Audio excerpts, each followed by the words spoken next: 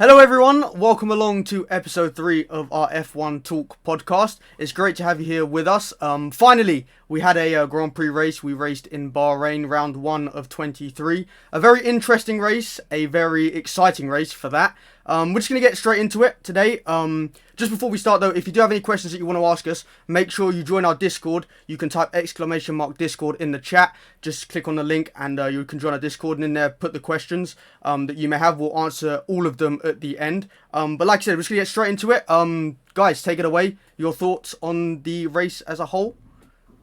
I mean, what a win for Lewis. If you told me that he was going to win the first race of the season after testing and then after all the practices with Red Bull, being so quick, I would have probably laughed. It was good. It was an intense race, bit of a controversial one, and we there was a lot of records broken. Lewis leading the most laps, and a driver being able to complete more formation laps than actual racing laps. So that's absolutely fantastic. Always hashtag Mazepin. Let's go. So an interesting race as a whole. Let's obviously talk about the biggest talking point of the race. The two drivers in P1 and P2. Obviously, we had a bit of a controversial moment. A lot of people been talking about it. Obviously, we had Verstappen overtake Hamilton at turn 4, but then had to give the position back because he illegally overtook Hamilton. A lot of people questioning about that decision, about the track limits. Guys, your thoughts on that? Luke, start with you. Well, I mean, firstly, it's a very grey area of Formula One at the moment. For me personally, you can't say, "Oh yeah, you can't do this in free practice 1 and free practice 2. You can do it in the race." Okay, fair enough. So Lewis does it in the race, and then because he's gaining an advantage, I think I saw that it accumulated that he gained 5.8 seconds over the course of his whole race. And that's obviously a point of which you need to sort of step in. However, I don't agree with then just saying, "Oh, you can't do it." But Max overtook off the track. He was off track, and he should have given the position back. I think it was the right decision from Max for sure. Well, Max didn't make the decision himself to get the position back. He got told to. So obviously, Max at the end of the race said he could make up 5 seconds, but for everyone that watched Ted Kravitz's notebook, he said that the penalty would have been 10 seconds. So whether or not Max could have got 10 seconds is probably not. But That's a hard one. I mean, if you look at it from one perspective, Verstappen was ahead of Lewis going on the exit of that corner and into the entry of it as well. So, I mean, I know Verstappen finished the move by going wide, but I think either way he would have got that position. I mean, he still should have given it back. I mean, it's off the track. Well, yeah, he clearly completed the move once as he's gone off track. But he definitely gained a lot more speed going off track. It's just always the grey area of getting a leading advantage or lasting advantage. Sorry, it's not necessarily the move that was the problem. It's just the inconsistency from everyone in the FIA. Because for me, if you can't do it in practice and qualifying, you can't do it in the race. You do it 3 times in a race, you get a penalty. You get a 3-second penalty or 5-second penalty for exceeding track limits. So I don't understand why Lewis did it 29 times and it was fine, because it's in the rule books. But then all of a sudden they were sort of going, well, no, you can't do that now. And then because of that, it causes all this controversy of, well, Max has gone for an overtake and passed off track, which I think that what Charles Leclerc was saying was that in the briefing, they said in FP 1, 2, 3, qualifying 1, 2, 3, you're not allowed. The white line is an invalid lap time, which we saw. Bottas a lot. Perez in Q2 going wide at that corner. And they said in the race, if you are alone, just lapping, you can do it. But in a certain situation like overtaking, if you are off the track, that is deemed to be gaining an advantage. If you're going wheel to wheel, you should be. Lando did it with I think it was Leclerc, where Lando was just off track but not off track. Not all his wheels were off. Well, there's a little bit of iffy. This is going on with the with Norris and Leclerc at turn 4 on the race. Was Leclerc? It was Leclerc, right? Yeah. Where Leclerc pushed Norris, what seemed to be off track, but no one got an advantage from it. It seemed that's what I guess the decision was made, that no one got an advantage from it. So it was just deemed some sort of racing incident. I think that's what it is. Yeah, I agree with the sort of overall decision. I think, in a racetrack, you overtake in between the white lines, and come the actual move, Max was off the track. He gained an advantage from doing that, and obviously went round Lewis and overtook him. So I agree that he, should have given the position back. Now, I could be argued, did he have to do it immediately? Is that something that he could have waited for and maybe done it in a different position around the track? Because obviously, as soon as he let him go, come turn 13, is when he had the sort of wheel spin and lost the tyres a little bit, which meant he couldn't obviously get back at Lewis towards the end there. So could he have waited a bit further around the lap to then let Lewis pass and then give it another go with his tyres in slightly better conditions? Because obviously at the time he was on the mediums, Hamilton was on old hards. So they were both on sort of old tyres at the time. So obviously Verstappen couldn't get back at Hamilton. But I also agree that, the FIA need to be black and white with this. For us fans especially newer fans or fans that, you can't say at practice and qualifying, we're not going to do track limits, but then we're going to do track limits, and in the race we're not. It just needs to be clear from the very start what they're doing and what they're not doing, what they're allowing, what they're not allowing. That's my overall take on it. As a team, go on, Archie. You can argue with the with your point of saying could Max left it later. I think the whole point is that he had to do it so early on to avoid a penalty. If he left it later until the other straight or the main straight, it could have been an instance of Max still getting a penalty. I just feel that, when he gave the position back, it was on a straight. Max was on old hards. Lewis was on old hards. And he was in the wake. And he was in that position where he's going to get dirty air. He's in the position where he's going to be in the slipstream. He's going to get all the dirty air off of Lewis's car. His tyres are going to go overheat. And from that moment, I think when Verstappen let Lewis through, the race was over. Because Verstappen, I think part of it was he was overdriving. I think he was in his head. He was like, I have to get him. But not only that, he's in the wake. He's in that period of where you don't want to be. And in Formula One, you can't follow. You can't be behind a car, which is obviously what 2022 is hopefully going to achieve. You cannot be behind a car for longer than, a second and a half. Like, for example, Lewis, he was pushing to get Max, but every time he got to that 1.2, 1.1, 1 second, the performance just went. And, you want to look after your tyres with the new Pirelli tyres.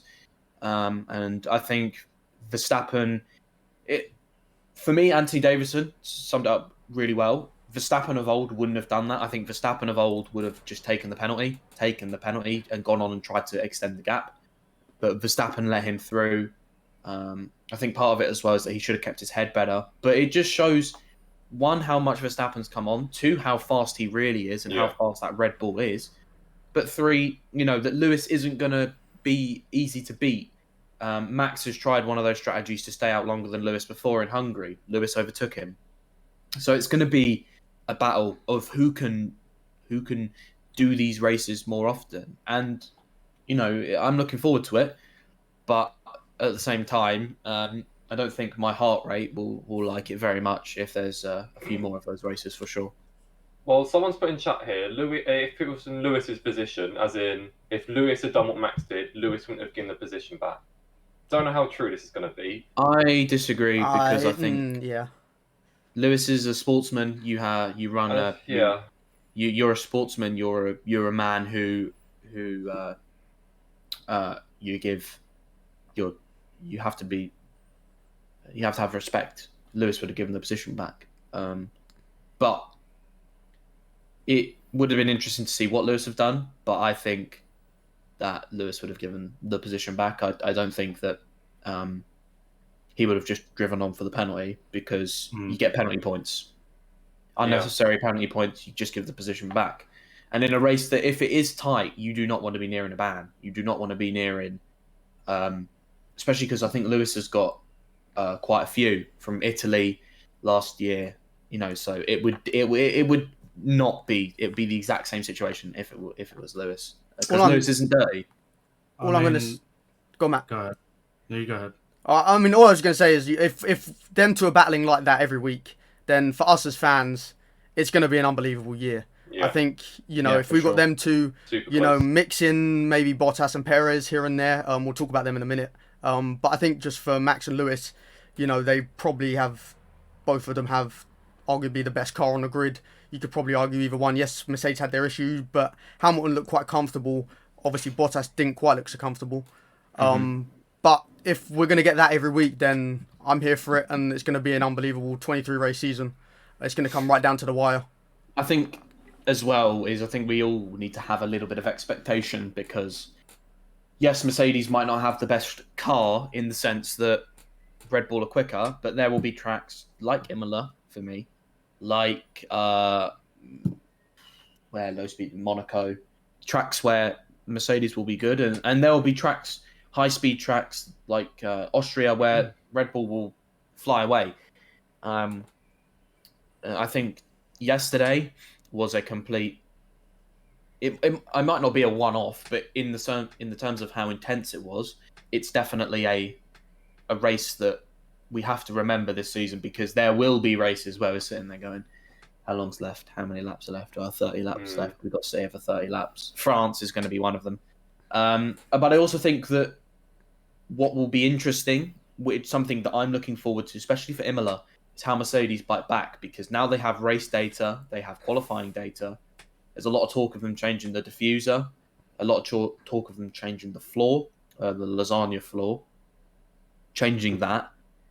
And I think that is going to be crucial, because maybe Mercedes experimented with the floor when they didn't need to. Maybe they will change the rake, and they will change the way that car is. But I think that it's going to be close. I don't think this race will be representative of the actual season. Yes, Red Bull are quick, but it would be interesting to see how they work in different conditions, lower conditions, less windy, less hot, cold, sort of varied conditions, which would be good for the racing. Let's move on then. Let's just move on then from the sort of the top two. Let's sort of drag away from that. Let's go to P3. Valtteri Bottas on the day. Interesting race for him. He ended up with fastest lap, so I guess that's something for him. Still a good finish in P3. Obviously, might have been a bit closer. Mercedes obviously gave him a bit of a poor pit stop. I think it ended up being just over 10 seconds, so wasn't the best for him. But how do you think he got on, Matt? You take this one. I mean, it wasn't a great race, but it wasn't a bad one. I think he could have been closer near the end had Mercedes not messed up his pit stop for, what was it, 10 seconds, 11 seconds? Mm-hmm. Yeah, 10 seconds, I think it was. Yep. Solid P3 drive, though, I suppose. Hope to see him up there a little bit closer, but who knows what would have happened if he didn't have that pit stop blunder. I think the pace he showed the pace with the fastest lap. But for me, I think that Bottas has already shown signs of a little bit of weakness, to be honest. In the press conference and in the conversation afterwards, I think he feels drained. I think he looks tired of it. He looks tired of being that driver that it was clear that Lewis and Max were going to be out front, Bottas was going to be behind, and I think that was their intention, was to gamble with Bottas to see, because obviously they had that advantage of Perez not being in the top 10, so Perez couldn't muck up their strategy and they could trial things. And I think he's getting a bit tired of just it being his fault. Like, for example, the pit stop wasn't his fault, but it happened to him. The double stack, the 2 pit stops that they did, both Lewis's were really clean. Lewis wins the race. Bottas comes third, 35 seconds behind the lead. Obviously, pit him for the mediums. But I also think that I don't think he has had that much pace in that car. I don't know whether it's a setup thing or Bottas' driving style, but Lewis has looked comfortable this weekend. A lot more comfortable than Bottas. In all sessions, Bottas has not really been close. Yeah, Bottas was 3 or 4 tenths off Lewis's time, 7 tenths off Max's time, I think. So I think that Lewis looks comfortable. And Bottas needs to sort it out because they're going to need him more than ever when it comes into this season. When the season gets underway and you're going triple headers, you need points, you need to be strong, you need to be mentally strong. And I think that it will be interesting to see what they do in the summer, because ideally I think they're going to most likely announce their driver lineup for 2022 within the summer period and the summer break. And if Bottas isn't performing, I can see Toto going, right, George is in, but that's another question. But just a quick one for all three of you. Do you think Bottas will be up there come the end of the season? Do you think he's good enough to keep pace with Verstappen and Hamilton, or do you think it's going to be them two until the end? Because obviously before in our preseason predictions, we had him probably about third as it was in the drivers. But obviously he's had a very rigorous preseason workout and preseason warming up ready for the season. So it's interesting, Luke, that you say that you don't think he's as sort of ready and as prepared. So do you think, just again, everyone, that he'll be up there come the end of the season? Yeah. Valtteri's not in F1 by luck. He's in there because he's quick. He gets fastest lap of the race, and his times, I think, were competitive. We can only say that he got fastest lap of the race because he went on the soft tyre, right? I know, but I think it was mediums actually. Went on to, it was mediums. I think it was mediums. Was it mediums? Yeah, but they were obviously the fastest tyre. Bottas, it's never been Bottas' speed that's been the problem. It's been up here. It's been I don't think he's got that championship winning mentality. Yeah. He says it, and on Drive to Survive, my goal in life is to be an F1 world champion. But to be an F1 world champion, you need to have resilience. Could Bottas have done what Lewis done yesterday? No. Bottas needs to click into gear. He needs to stop sort of being the guy who's moaning. Like, there was a conversation, I think it was with Toto, and they were talking, and Toto was sort of doing this and sort of telling, it kind of looked like he was telling him to stop, so whether that was something that was brought up. But it doesn't really, with Bottas, I just feel that he needs to understand that he needs to be in the position for Mercedes to give him that opportunity to fight for the championship. Because, yes, okay, the pit stop didn't help, but the first stint, he was 7 seconds off the lead before the first pit stops? And we all talk about the second Red Bull car. Well, Bottas was beating Lewis this time last year, and he's not there this year. Obviously, it is only one race, and we all have to take that race because obviously they just tested in Bahrain, so they understand a lot about how the race is going to pan out. And it'll be interesting to see in Imola. But Bottas looked nowhere compared to... Obviously, he was quick because, he got P3 on the grid, and he ended up finishing P3 with a win and a podium for Mercedes. So it's not the end of the world. But in terms of when you need him, I think if that... Ted was saying... Had Bottas had managed to get the undercut on Verstappen, suddenly it's Lewis, Valtteri, Max, and I think that Max and Valtteri would have gone wheel to wheel, which would have allowed Lewis to protect his tyres and hope that Valtteri held on for P2, but he didn't. So. I hope he does well because I like him. I think he's a really nice guy. He's very humble. But at the same time, he needs to not let this race be the defining one. It's the first race. Yeah. Yes, it means everything to get points, but you don't need to win. Obviously, you want to win, but it's all about getting the points. But I can't. I think him and Perez for third is tight. The top two will be the top two. Yep. If Valtteri clicks into gear, he can be there. If he doesn't, he could finish 5th or 6th. Like, you never know. With how close the field is, you never know. Because we've got to remember now that Red Bull have the fastest car, not Mercedes this year. Red Bull have that Honda engine or power unit has had a massive step up from last year and is a heck of a lot faster than it was. But you could see from testing, practices, and even qualifying that it was quick. Do you think that Max got pole because of how quick the car was, or because of Mercedes' struggles? Because when you read into it and you look at the telemetry and the data of the 2 laps, in turns 11, 12, 13, and 14, obviously the fast right down into the corner where Lewis spun, Verstappen had more deployment from his battery. Verstappen had more power.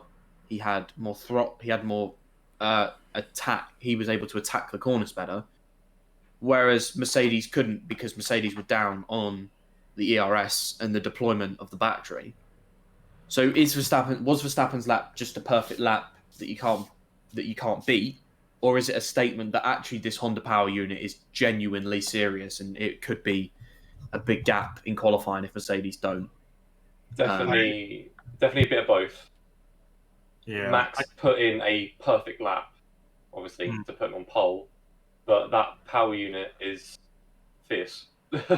It's got a lot of power in it. Could have gone faster, because if there's an interview of Christian Horner saying that Max has about a 10th's worth of damage on his floor throughout qualifying, since he ran wide, I think it was turn 3 on the curb, and he damaged the floor. So theoretically, if he did have a 10th's worth of damage, then he had even more potential to go faster. But then I also think that both Mercedes could have gone faster, because Lewis's turn 13 or the turn 14 was scruffy, and the turn 10.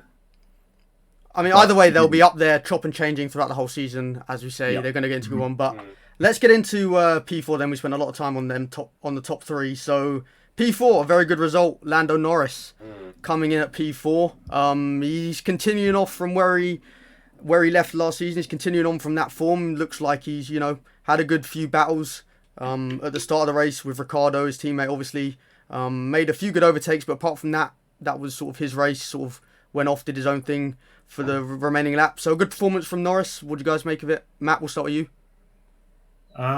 Pretty much best of the rest again.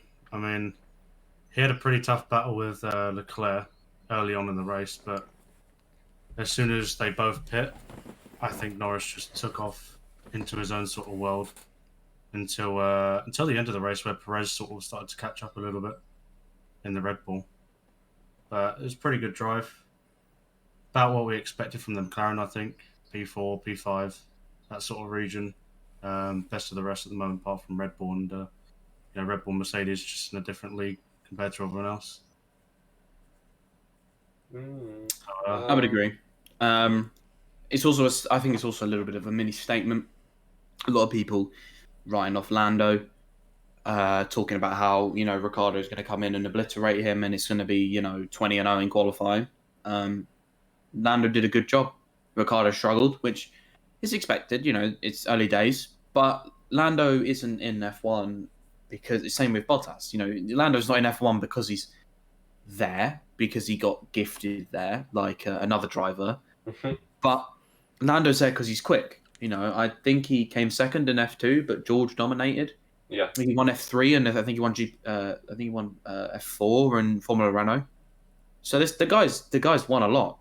And he's not just no guy who's just going to let Daniel Ricciardo, who is obviously a multiple race winner, podium still, come in and just sort of walk over him.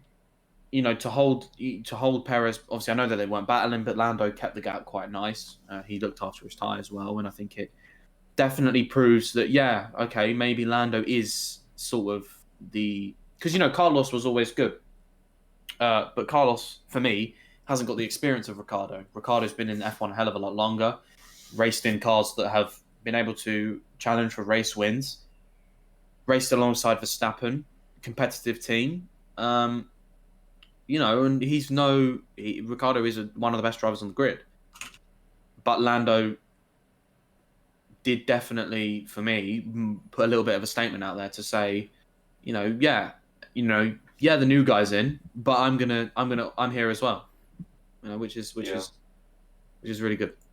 Okay, then Yeah, Perez. Let's move on to Perez. Okay, yeah. Sorry, actually, we're just gonna move on. We'll start with you though with Perez.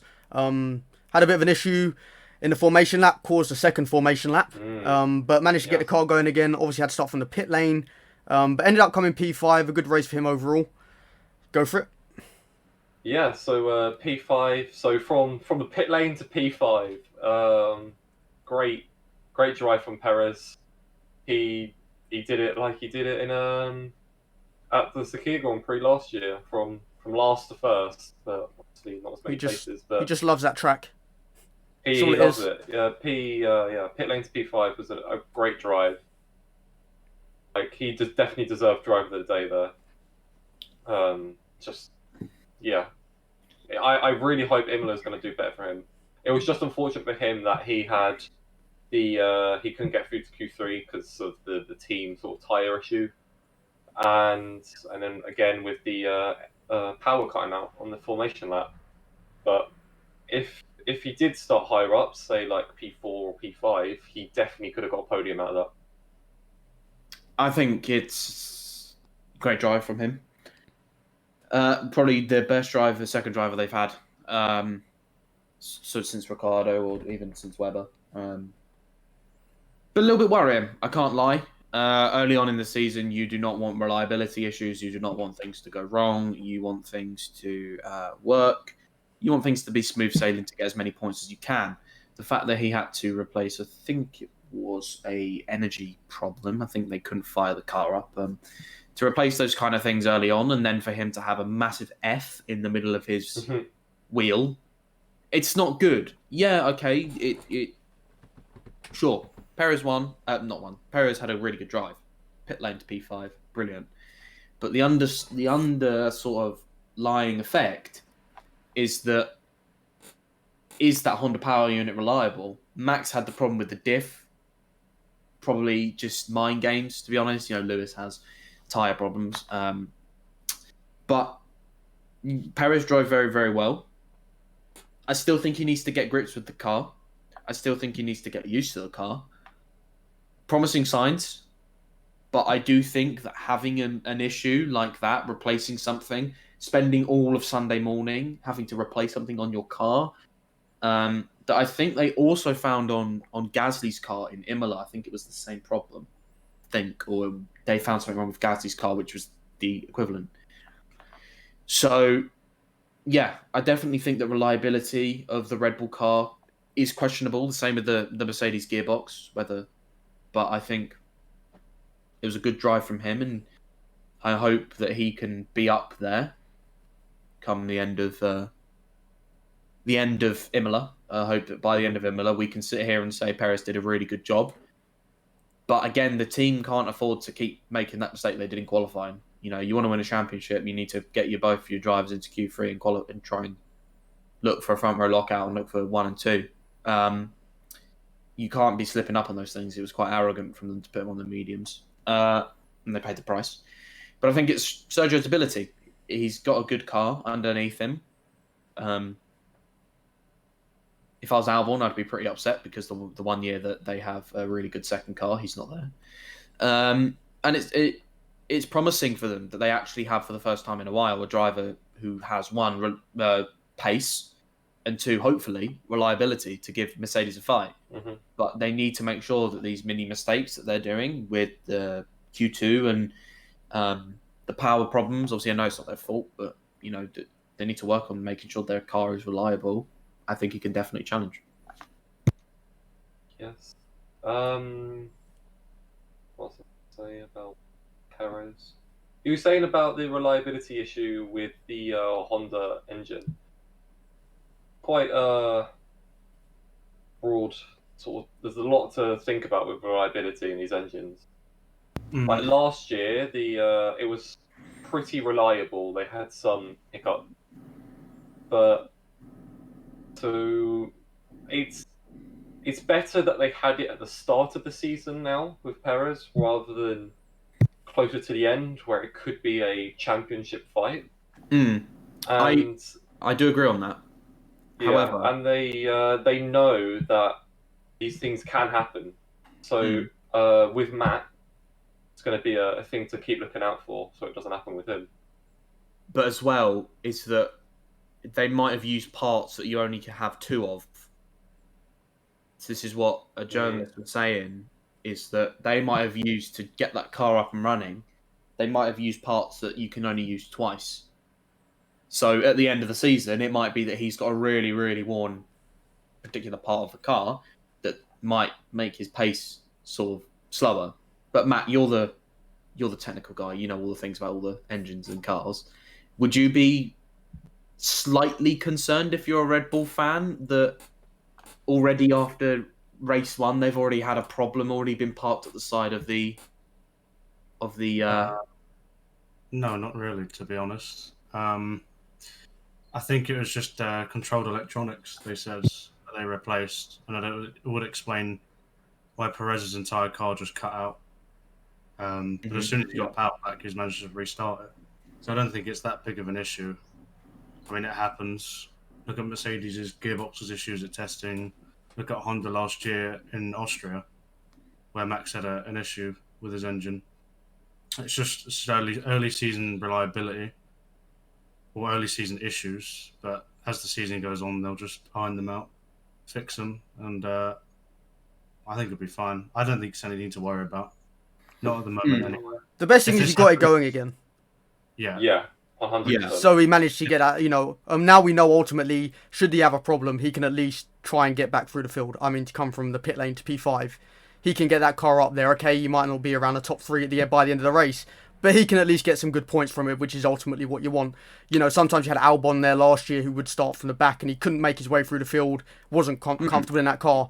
Perez can, and we've seen that from race 1. I do agree with that statement-ish, but I disagree because Albon's debut, he went from the back of the grid to P6 in Spa. Yeah, I'm not saying he can't. Albon couldn't do it all the time, but he definitely had some problems. The debut of Perez mirrored the debut of Albon, which is kind of weird. Sign of things to come? Question mark. They both had had debuts at the back of the grid. They both have debuts where they had to go through the field, overtake a load of people, and they both had debuts where they finished within the top 6.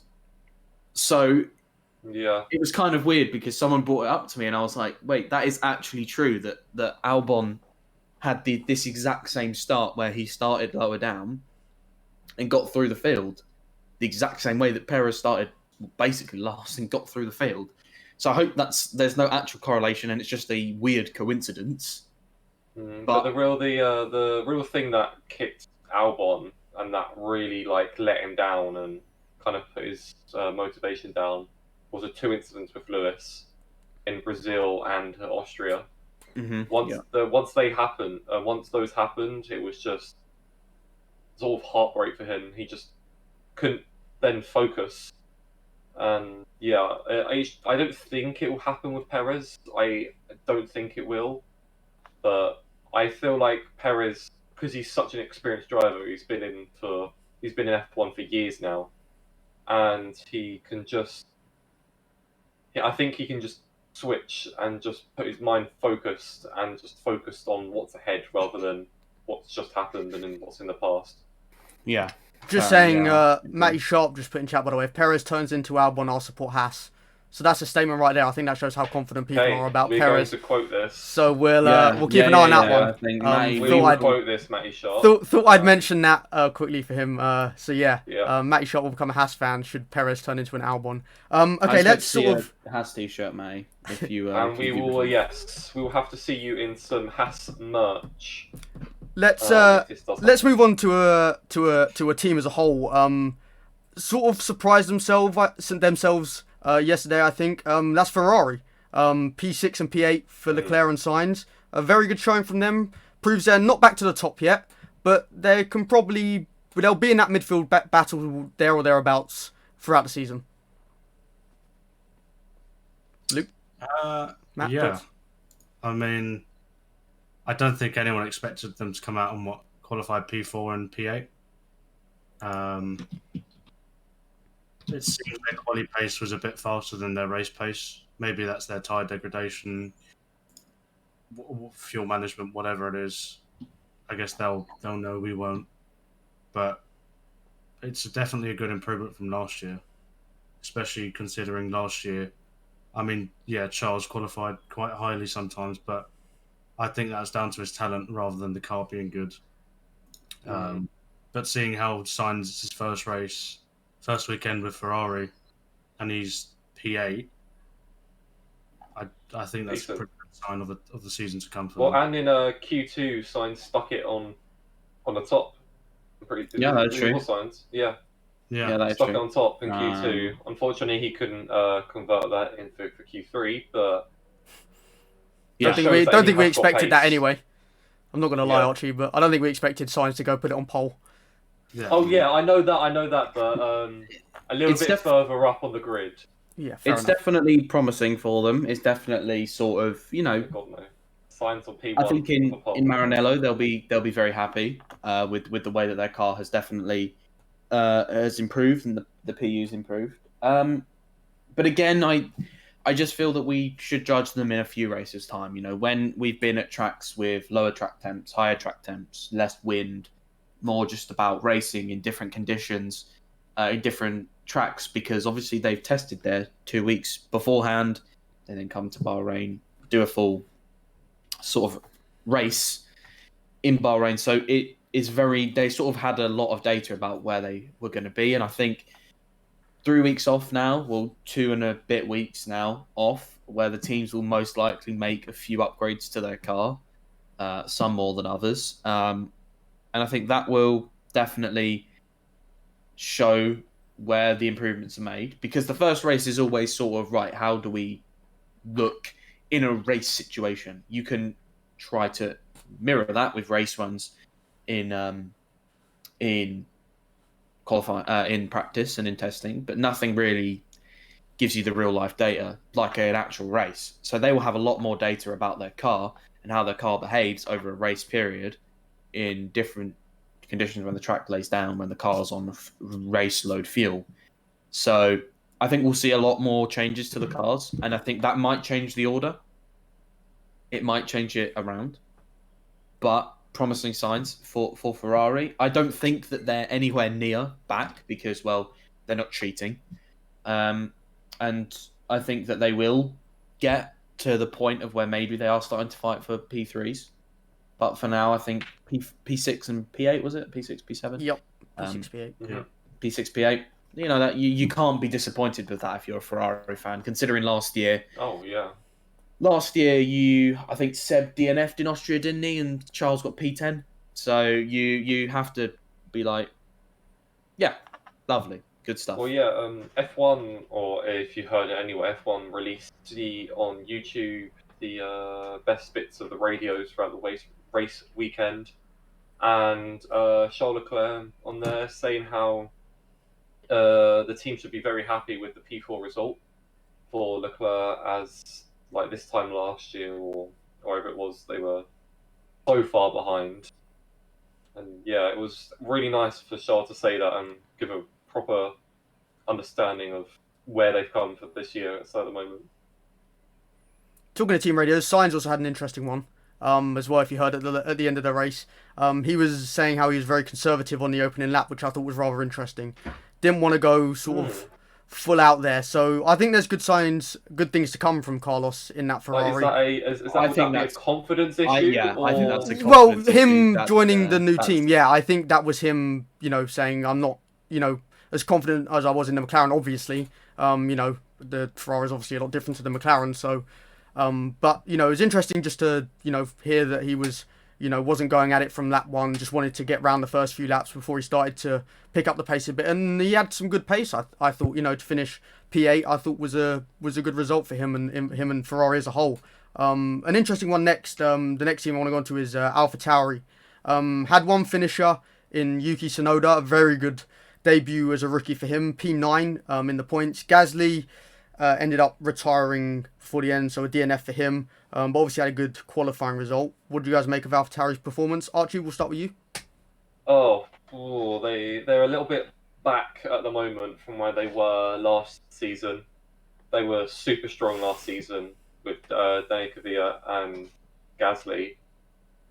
From at the moment, from the race, it seemed like they're a little bit back. Not too far, but I think it was just unfortunate for Gasly because he got that wing damage on lap 1 and turn 4, which caused the whole car to be unbalanced and pretty much undrivable. But what a drive from Yuki Tsunoda. Debut race P10, right? P9. Nine. So yeah, he come back P9. through the field. Yeah. But just interesting there, Matt, I saw you shaking your head to Archie's comment about AlphaTauri not being as good as they were last year. Interesting. Let's get your thoughts. I have to disagree. Okay. I mean, Gasly qualified P5. Yeah. I mean, it's only qualifying. It's qualifying pace. But I think had Gasly not had that, what was undeniably some stupid contact during the race. Yeah. With Ricciardo, I think he could have ended up having a really good fight with the McLarens.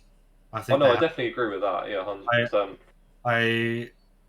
I think Yuki had a good drive for AlphaTauri, but I mean, it's his first drive. It wasn't spectacular, but to get in the points on his first drive is not. It's not awful either, especially with the car he has. I would agree. I also would agree with what Matt said. I would disagree that AlphaTauri are in a really good position this season. I think that Pierre Gasly got unlucky. Yeah. With the wing damage. I was sort of confused there. Very surprised how that happened, yeah. Yeah, for sure. But not only that, Yuki's got so much confidence. He's got a 4-time world champion and a 2-time world champion. And he's sending it like it's, an open lobby. You send it down the inside of turn 1. His move on Alonso, that turn 1, the one exactly. You're on about there, Luke. And unbelievable. Same with he brakes so late, and it's not only that, he gets the car slowed down really well. And I think P9, honestly, I think he'd be a little bit disappointed with it. The way that they fared up on the grid with Pierre. I think Pierre was P5 or, the third row. You would be a little bit disappointed with P9, but for a debut, considering the other debut, the driver who binned it in a wall, and obviously Mick Schumacher. The rookies. Yeah. The other rookies. We'll get on to them later. I think, AlphaTauri will be disappointed because Pierre was in such a good position. But then, for their driver who you would think would have a little bit less confidence than he did, it's really promising for them. And also they're really good at Imola. Pierre getting P4 there. So I think we could see as well. They test there as well, don't they? They do their testing. They test at Imola, yes. Mm-hmm. They have tested. So they are going to be quick. And again, the Honda power unit looks good. So I think AlphaTauri could be in a battle for fourth here. Well, there's one team that are rather backwards this year, which is very surprising, and that is Aston Martin. Ooh. There was hopes that they were going to get even further up the grid, still that P3 slot from McLaren, but they've gone a little bit backwards at the moment. Said Vettel had a horrible race. He had a horrible weekend as a whole, in all fairness. Yeah. From start to finish, that whole, even from testing, was horrible for Sebastian Vettel. I don't think he had the weekend he wanted for sure, and not the weekend that Aston Martin wanted for 100%. Stroll finished P10 in the end, so, in the points, just about, not too bad, I guess, but Vettel down in P15 at the end, also getting a 10-second time penalty in the race for his lock-up into turn 1 with Ocon, who he then proceeded to blame on Ocon, which I didn't think was very true. But I thought Aston Martin really struggled. Not the season opener they wanted. Again, it's race one, so I don't think we can look into it too much. From where I expect Vettel to come back and be a bit stronger in the coming races, but maybe some signs that they're not as quick as they were last year or they thought they were. Stroll down in P10 definitely isn't what they wanted, but yeah, I thought they struggled, and they'll be there in the midfield again, but maybe a bit lower down than last year. Maybe they might be struggling to get that P4, even push that P3 with McLaren. Yeah, that's my thoughts on the Aston Martin weekend, to be honest. With Aston Martin, with Seb Vettel, I think his career is starting to come to an end. Ooh, big statement. Big statement. It is a big statement. It's a very big statement. Unless he can push the car and get some really good results, I feel like it's going to be there for this year and possibly next year. Then it could be it. I don't know, but it could be it. Because of it, I feel like Aston Martin are going to keep him on with the new car for 2022. See what that's like, and if he's succeeding in that, it will keep him on. But if it goes a little bit further downhill for Seb, I feel like he could be coming to an end. Go on, Luke and Matt. Luke, you take that one away. That massive statement there from Archie. I think it's so bold to say that. I think Seb can't catch a break, to be honest with him. I've always loved Sebastian. I think he was a little bit of an idiot at Red Bull, but when he went to Ferrari, I think he's such a nice guy and he can't catch a break. And I think it's easy to say, oh, Sebastian's career is going down the hill, but people forget he's a 4-time world champion with over 50 race wins. I think Aston Martin have dug themselves a hole that they need to get out of. They were all this at their car launch. They were all, our car's really good, our car is really fast. We've really done well to push the Aston Martin brand in Formula One, and they find themselves, they scored 1 point, one singular point, 1 point. It's quite embarrassing. It's an arrogant take on their approach, and and then they blame the regulations. Like, it's not their fault. Yeah, Otmar was a bit sort of in denial with the fact that their car might actually be bad. Nevertheless, we move on, and I think Seb will come to it, but he doesn't look confident. I don't think his career's going downhill, but I think it could be the start of the decline. Because, he's a 4-time world champion. Yeah, he has a lot of wins and a lot of podiums, but he looks so uncomfortable in that car. Snaps out of 10. Through 7, 8, no commitment.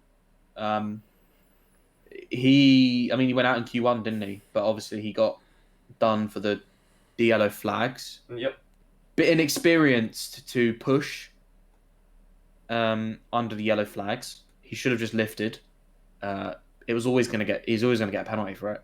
Even if he had got through to Q2, he's always going to get a penalty. I guess it makes it less painful if you're, 4th on the grid and you get demoted to 9th, you're still in with a good shot. Strange as well, hitting Ocon in the back. Yeah. Silly mistakes from him. And I don't think Stroll was particularly happy anyway. They had a terrible test. They've not looked good since the test. They didn't look good at all. I know that in practice they run a lot of high fuel runs, but then when we get into qualifying, that was their real pace. That was their pace. They had no answer to what the teams around them were doing, and the only other team that I can think that were that poor were Alpine. Maybe they have to go back to being changing up their colour this time. They may have to go back to being the green Mercedes. Maybe they're not as experienced when it comes to building their own car as they thought they were. So, yeah. Matt, your thoughts on Aston Martin quickly?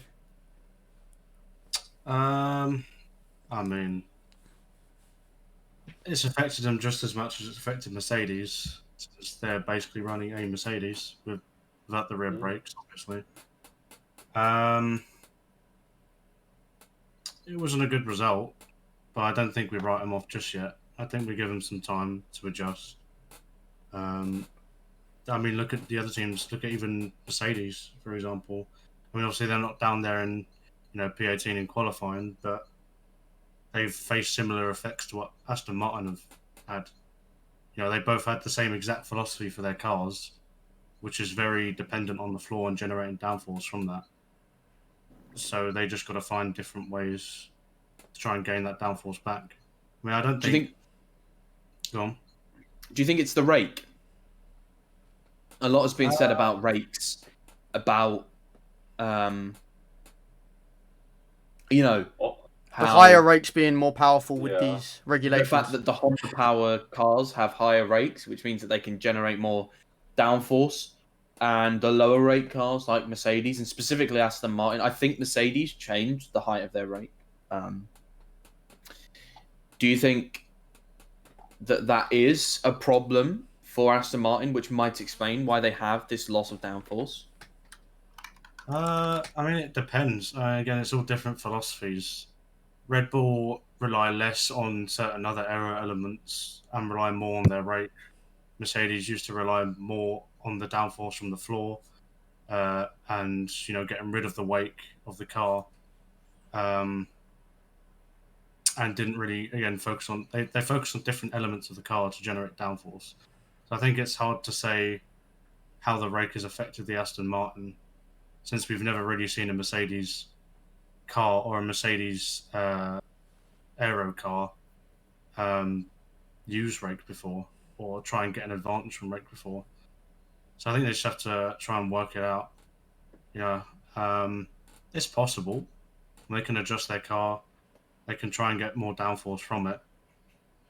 But it just depends. And normally, a higher rake will give you a bit of an unsteady rear.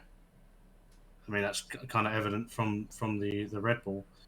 But they just have to find a balance with their old philosophy and with their new philosophy of trying to use a bit of rake. 110%. Yep, I agree. Okay, let's move on then to we'll move on to Alpine. Esteban Ocon P13, Fernando Alonso P19. Again, not a great weekend for them either. Sort of the same as Aston Martin. Be interesting to get your guys' thoughts, but I thought from the start they didn't look that quick at all, to be honest, in race pace. I thought Alonso was going backwards faster than his car was actually going. Ended up DNFing, which wasn't the best. I think he had something just stuck in his brakes, which ultimately led them to being overheating almost, and so he had to DNF. But yeah, I didn't think it was a great weekend for Alpine, to be honest. Sandwich bag, wasn't it? That was in his car. Apparently, something like that. Yeah, something very small, but that's shows the first time that car's ever broken down because of a sandwich bag. But there you go. Sandwich bag on the truck. Yeah. Yeah. I think it is worrying for Alpine. I think last year they had a really strong car, and I think I don't know, Cyril not being there, I think that might be a problem. Cyril was such a big figure for them, and he pushed for Ricciardo. And I think, again, the drivers just don't look comfortable. Where the Mercedes drivers have excelled in their car is that they've developed whatever they've done. We don't know what they've done. They have excelled in making look like the drivers actually look like they're driving the car rather than a 2004 Nissan Micra. So it's at least progression, right? But Alpine have made no progression at all with their car. They are slow. Again, it was kind of like the situation that we were talking about with Aston Martin. They were making small steps in testing. The car looked good in testing. We all thought that the car looked really good in testing. Alonso looked comfortable. They turn up to the first week of the season, the real first week of the season, and their car is just slow. Esteban Ocon obviously got slowed by the yellow flags. Alonso got P9, I think, in qualifying. So, promising. But the race just went backwards. Yeah. Just went backwards. They had no sort of confidence. It didn't look like they had real pace. And, it doesn't look great when you get a DNF because you have a sandwich bag in your rear brakes. Yeah. I mean, we have to see how much that new airbox design affected their pace. So they've got a giant lump on top of their car now. It's pretty bad. I think we expect them to be further up, but it's still early days. They might have a new package coming on halfway through the season. we don't really know how much they're focusing next season. Like Haas, who have committed everything to next season now. So I guess we have to see what they bring through the season, any upgrades, any new packages, and just see how Alonso and Ocon get on. I mean, I think I don't really know what was on with Ocon that race. His pace was pretty bad throughout. At least Alonso was, near about the top 10. Yeah, I think Ocon needs to pull something out this season, especially considering last season where he had he pretty much got just ramped by Daniel Ricciardo, I think. So, yeah, we'll have to see. Okay, then, Archie, for you, quickly, just a team that sort of went under the radar, but we'll move on. That's Alfa Romeo. They seemed to be a very good race, for them anyway. Kimi Räikkönen, P11, Antonio Giovinazzi, P12. A very good result for them. Yeah. I think Kimi was actually a bit disappointed on the radio after the race, if you guys have listened to it. But he was actually pretty disappointed that he finished outside the points. He thought he could get in there. So, a good race for Alfa Romeo. Yeah, it was a very good result for Romeo. The boost from the Ferrari power unit is definitely coming in handy for them, and it's looking like they could definitely get a few more points than they did last year for this season. They were very strong, both of them. They were both equally as strong as each other, both Giovinazzi and Kimi. So it's looking good for them. Luke, Matt, any thoughts on Alfa Romeo? I would agree. I think that they definitely have strong pace. But again, it's just so difficult to tell at the moment, because they were at Bahrain and we've been at Bahrain for a while, but it's so promising for these teams.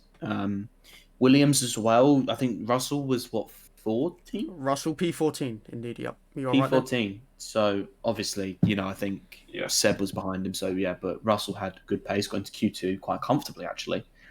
So it's promising for these smaller teams.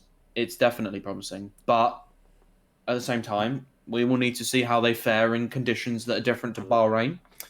Something that we will see in Imola. But it positive, to get P11 and P12. I know that it's a good result for them, but Kimi wasn't exactly, buzzing in his cockpit. But it's the small improvements that you see from the little teams which can take you that. If you can find a 10th in your car, that can be the difference between 8th or 9th.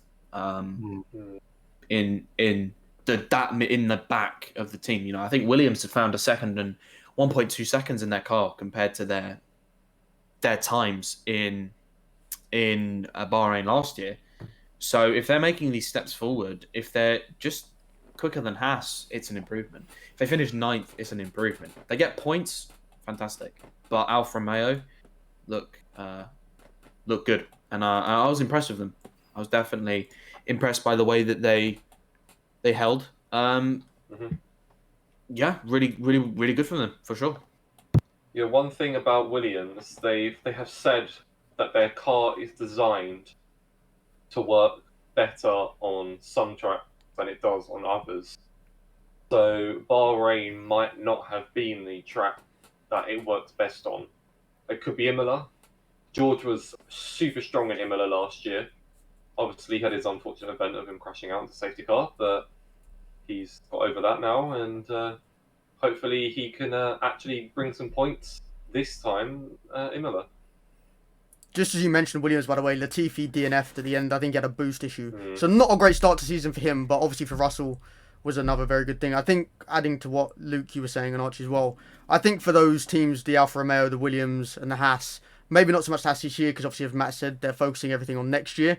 But for those teams, all they're trying to do right now is get to the midfield, those sort of midfield teams, if you will. So any step towards them is ultimately what they're trying to achieve. And for Alfa Romeo especially, it looks like they've done that. It looks like they've got closer to that pack, finishing ahead of the likes of Ocon and, Vettel, but maybe not his weekend, as we said. So, good things from them. As I say, their ultimate goal is to get up there and be closer to those teams. Let's get on to the last team then, finally, before we go on to some questions. Haas, We know what happened.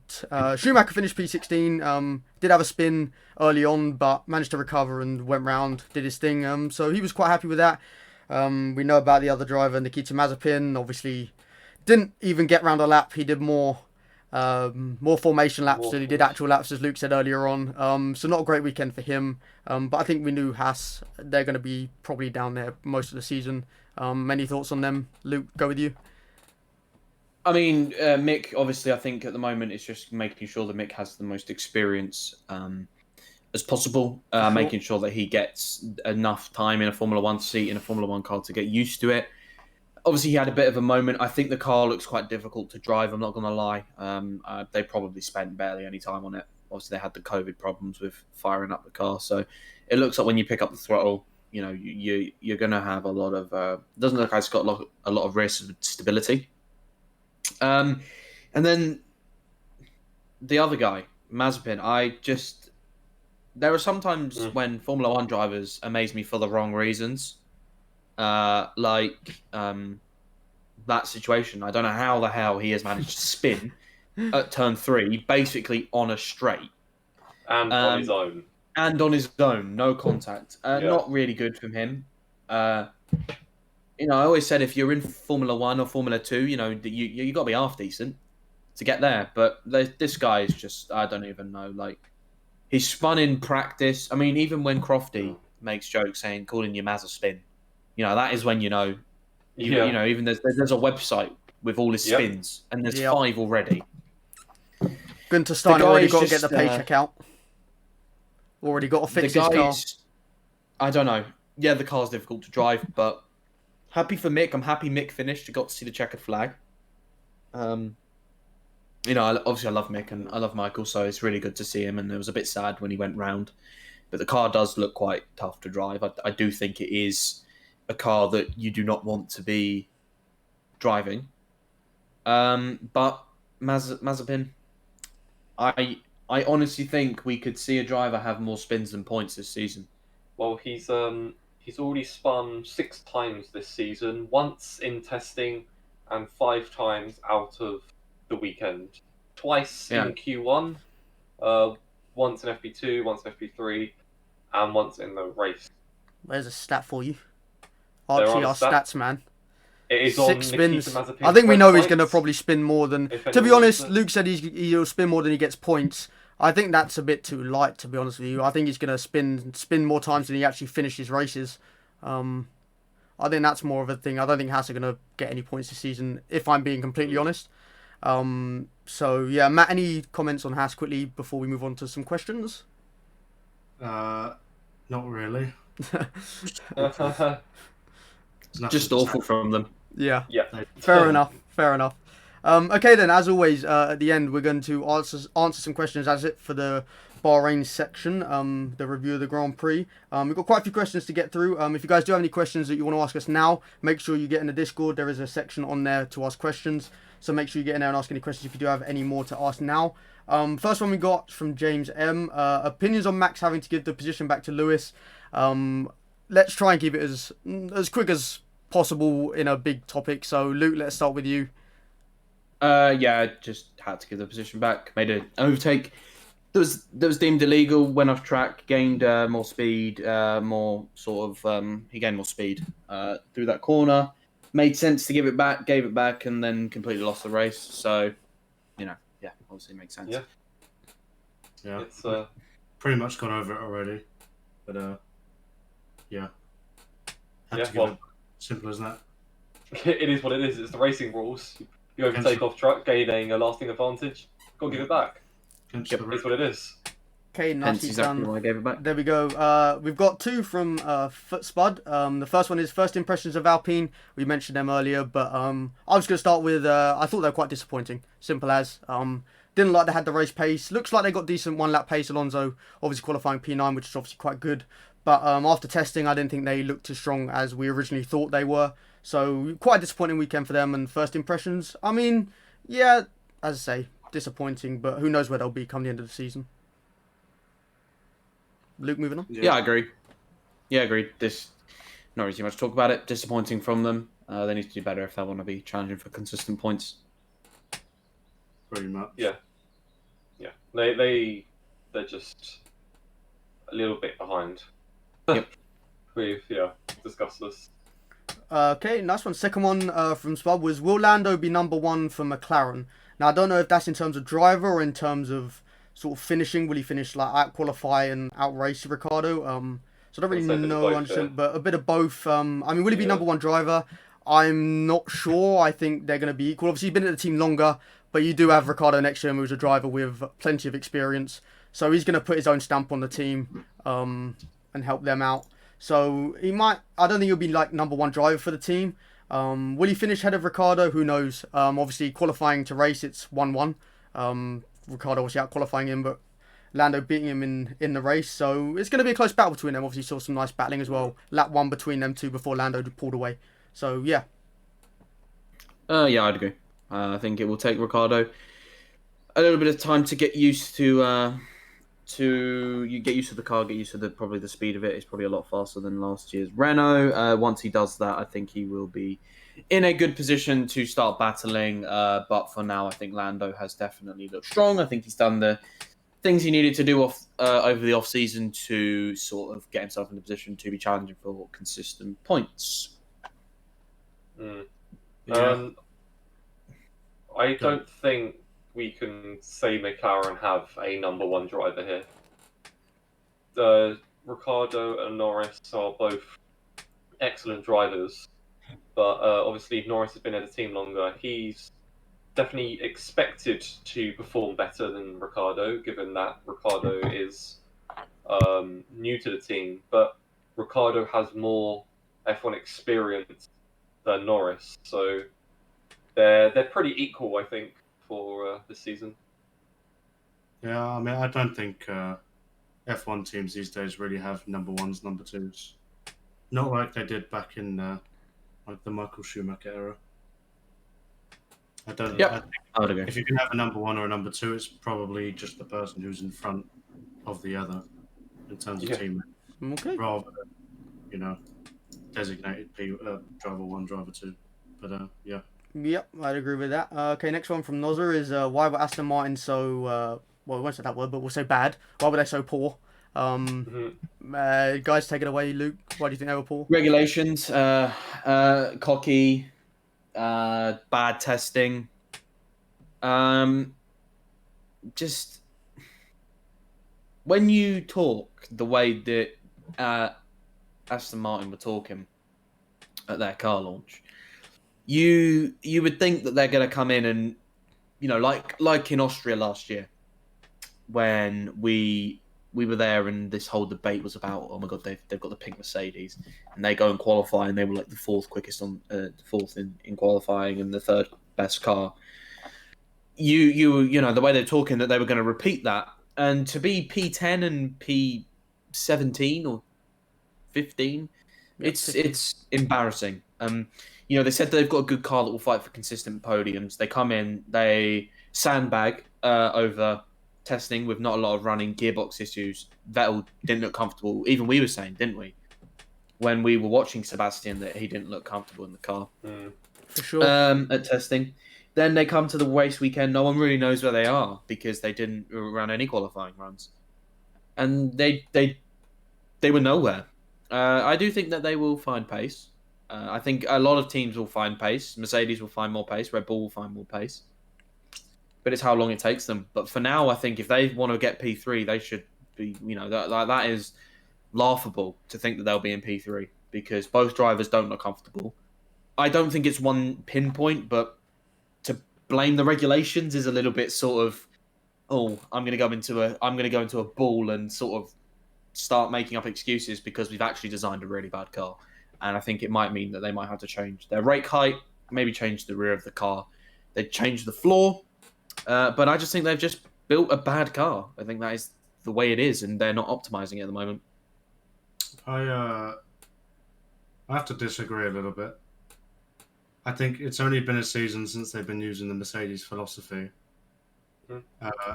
Realistically, their car is still a 2019 Mercedes with just, slightly less downforce, different floor.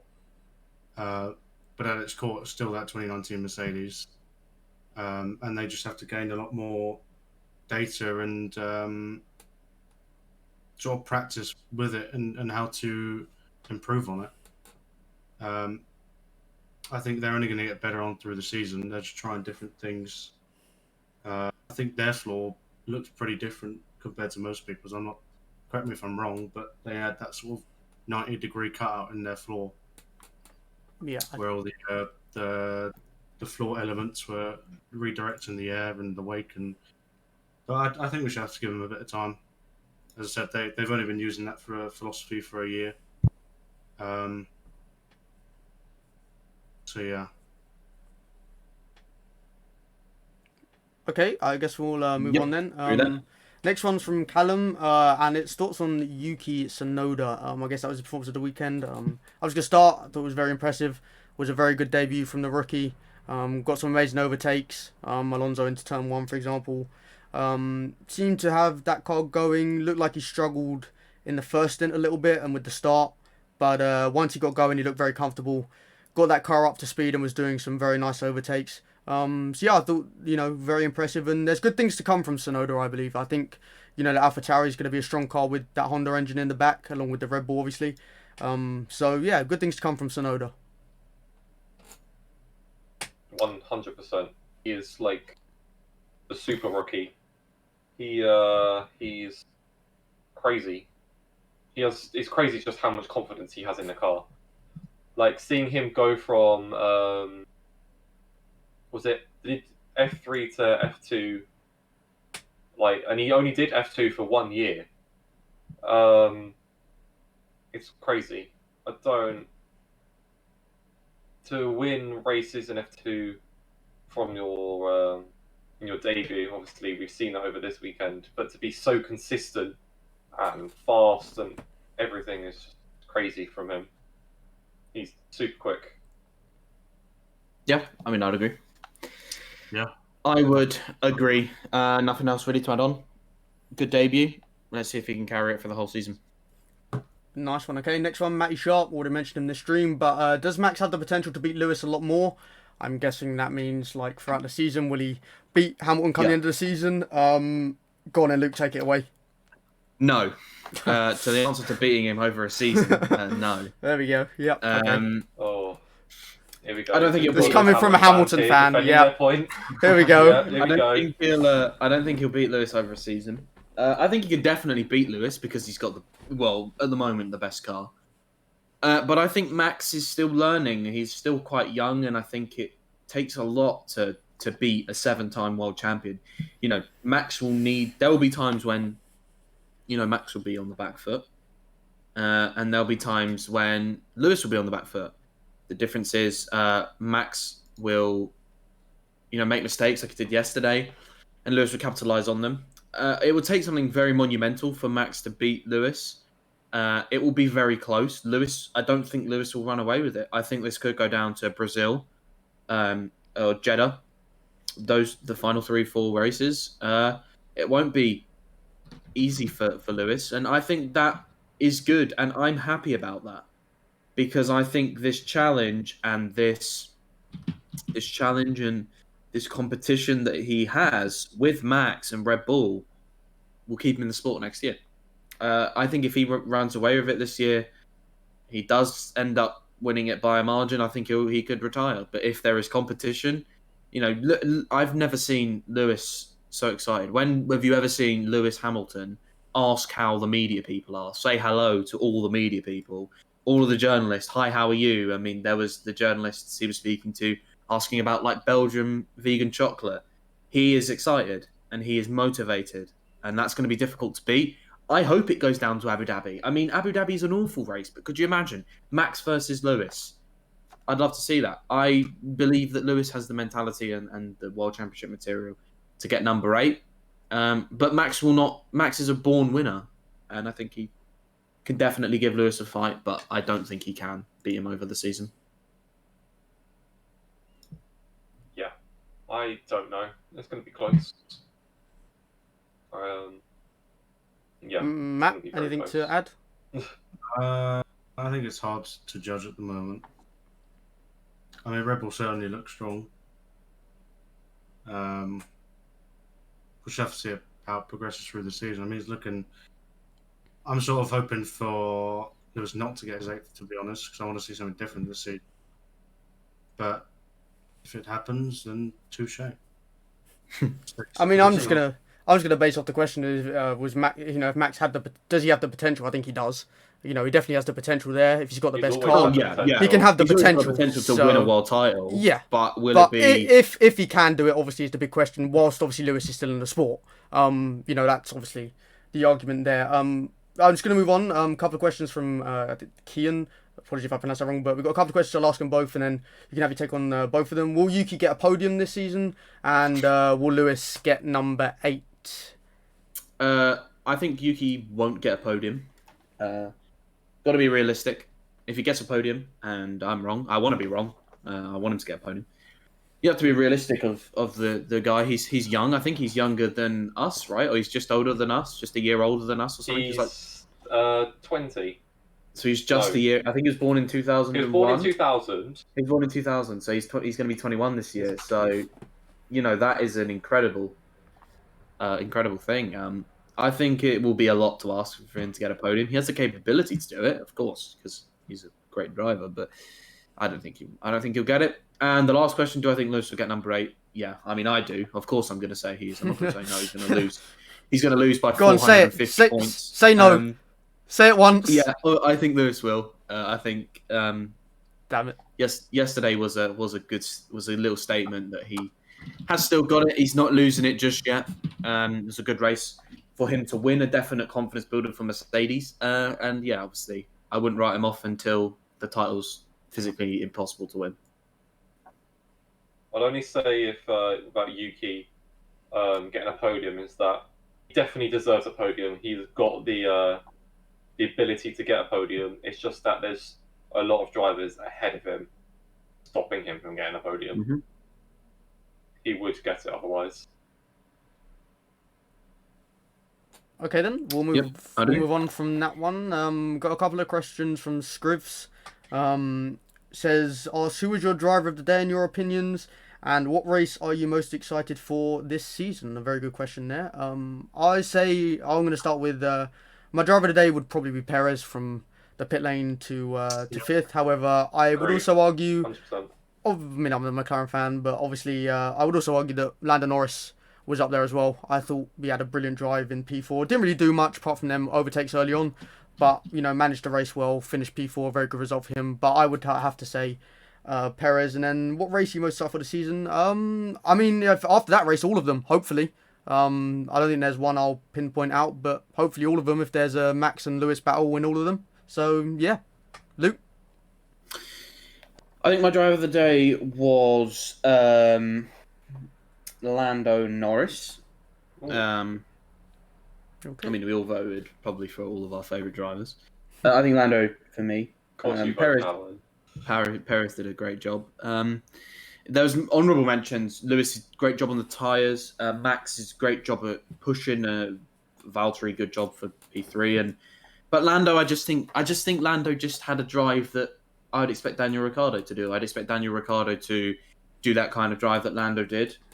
And Lando did it. So I think, Lando was my driver of the day. The most excited race I'm looking forward to, Imola is getting me excited because I love that track, but not only that, I'm looking forward to seeing the battle again. And like you said, mate, I can't pinpoint a race. Silverstone, because maybe the sprint races might be good.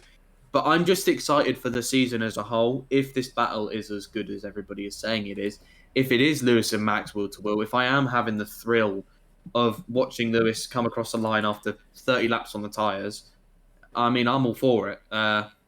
My heart might not be, but I'm all for every single race this year, apart from Jeddah. Just before we move on to Matt, sorry, ladies and gentlemen, you heard it here first. Luke did actually say Lando Norris was his driver of the day, not Sir Lewis Hamilton. Can we get a round of applause, that's on record please? Now. Just so you're aware, he did actually praise Lando Norris just then. So you might never get it again, but there we go. I'm pretty sure that during the actual race, Luke voted for Hamilton to get driver of the day. Oh yeah, probably, but hey, we'll take the Lando. We'll take the Lando content for now. We're taking the Lando content. Driver of the day was Lewis. There we go. Okay. All right. Yeah. Matt, go on to you for those 2 questions. Driver of the day. Well, yeah, Perez. I agree with the global vote there. Lost to P5. I don't think anyone else could have really challenged for the driver of the day. Race I'm looking forward to the most. Morals aside, Jeddah. Okay. Oh gosh. Okay. All right. Okay. Okay. Am I ending the stream there? Such a fast straight circuit. It's bound to give us some action. But yeah. I mean, morals aside, he does have a point. Let's be real here. It's a new track coming to the calendar, so Yeah. arguably you can be excited for it, bar obviously the morals. Yeah, Archie, last one for you. Favorite circuit. Well, driver of the day, Perez, 100%. Again, last to 5th, brilliant drive. New team, new car, perfect drive for him. The Grand Prix that I'm most looking forward to would be Australia, as it is later in the season and later in the year. Weather and temps can be different.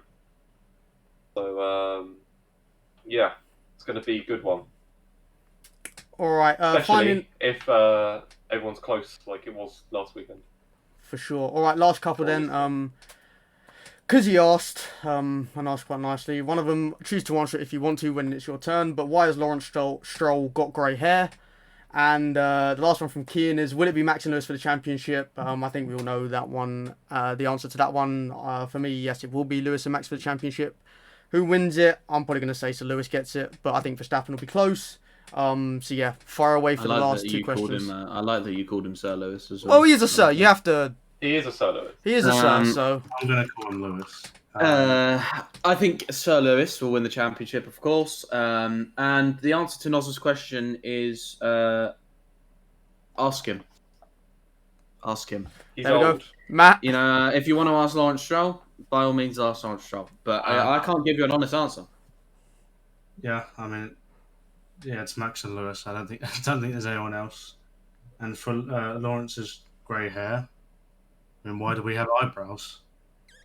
Yeah. Okay, there you go. There's a response. Yeah, right.